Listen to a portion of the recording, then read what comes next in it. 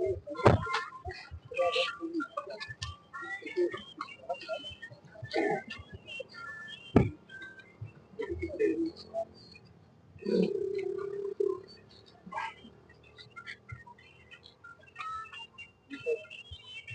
इनका भी स्वागत कर दिया था।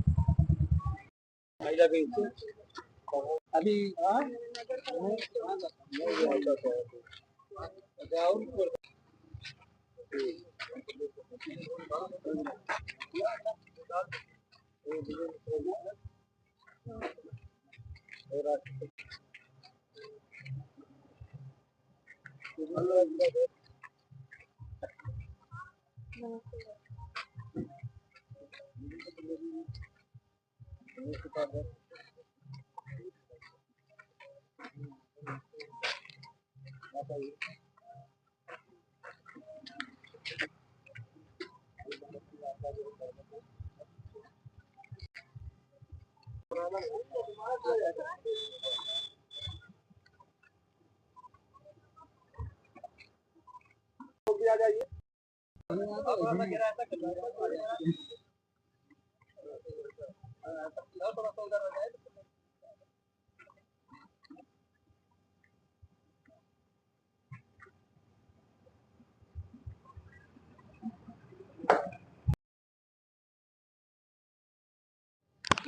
करारे खुला है क्या? हाँ करारे।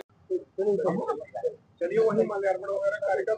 आप लोगों के जीवन में भी बहुत सारे संगठन आए होंगे, सब कुछ आया होगा, लेकिन उस संगठन को ख्वाब कैसे लोगों ने कर दिया।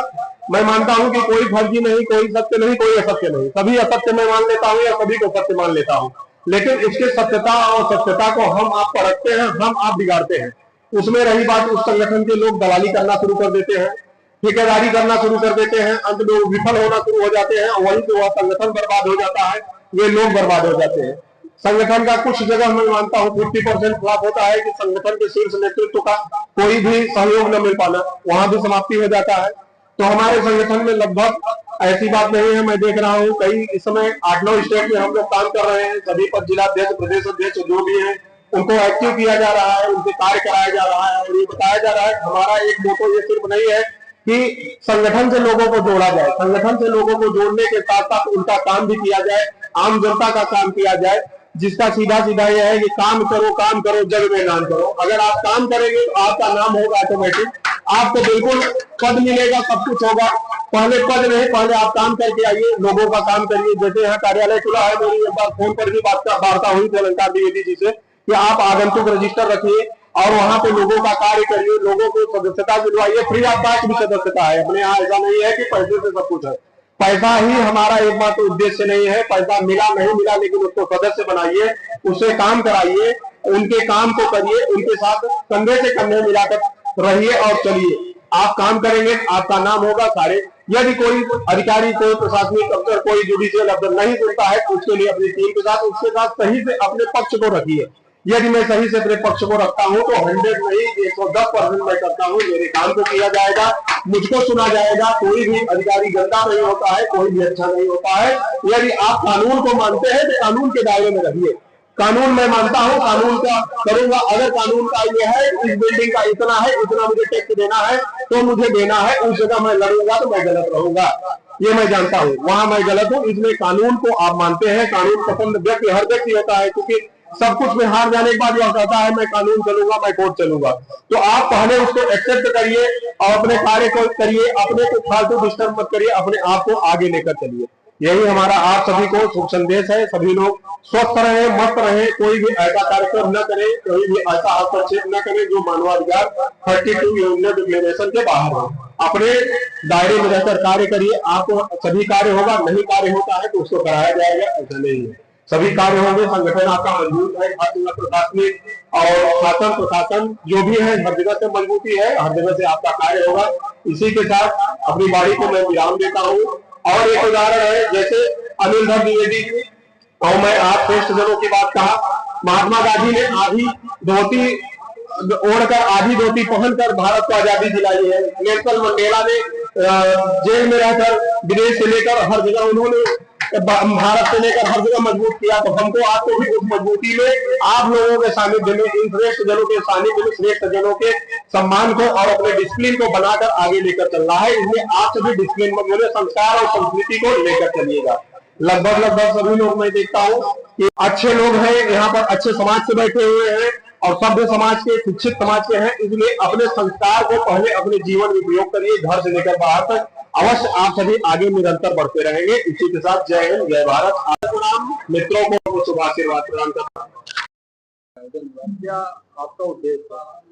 हमारा उद्देश्य यह है सभी को मानवाधिकार का, जो एक मानव का अधिकार, जो उसकी जागरूकता करना, लोगों को जागरूक करना कि यह कहाँ काम में आता है, कहाँ नहीं आता है। नहीं तो बहुत लोग सोचते हैं कि हर जगह इसका हस्तक्षेप होता है, जबकि ऐसा नहीं है।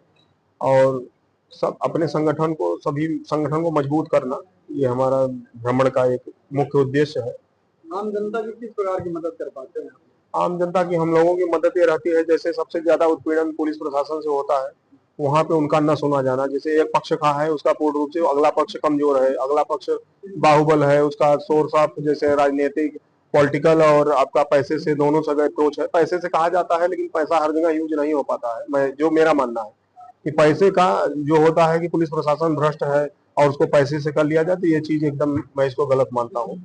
सही पक्ष और सही ढंग से यदि हम रखते हैं तो हमको 100% सुना जाएगा। न्याय दिलाने का मेरा कार्य है। अगर सीधी जिले की बात करूं तो ऐसे कितने परिवार होंगे जो आपके संगठन द्वारा सहयोग से उनको न्याय मिला होगा? अब संगठन तो अभी सीधी जिले में हमारा मान चलिए अभी जिलाध्यक्ष कितने महीने, आपके जिलाध्यक्ष अभी 4 महीने से हुआ, तो कुछ हमको ऑन रिकॉर्डेड भी मान चलिए 10-15 समस्याएं, और बाकी समस्याओं को इनको कहा जाता है कि, और बहुत सारी ये है कि टेलीफोनिक ये लोग जाके करते हैं, उसकी लिस्ट भी तैयार हो रही है। लेकिन जो ऑन रिकॉर्डेड है, जो हमारे यहाँ एक कंप्लेंट का एक बनाया गया है वेबसाइट पर, उसके माध्यम से 15-16 कंप्लेंट को निवारण किया गया है।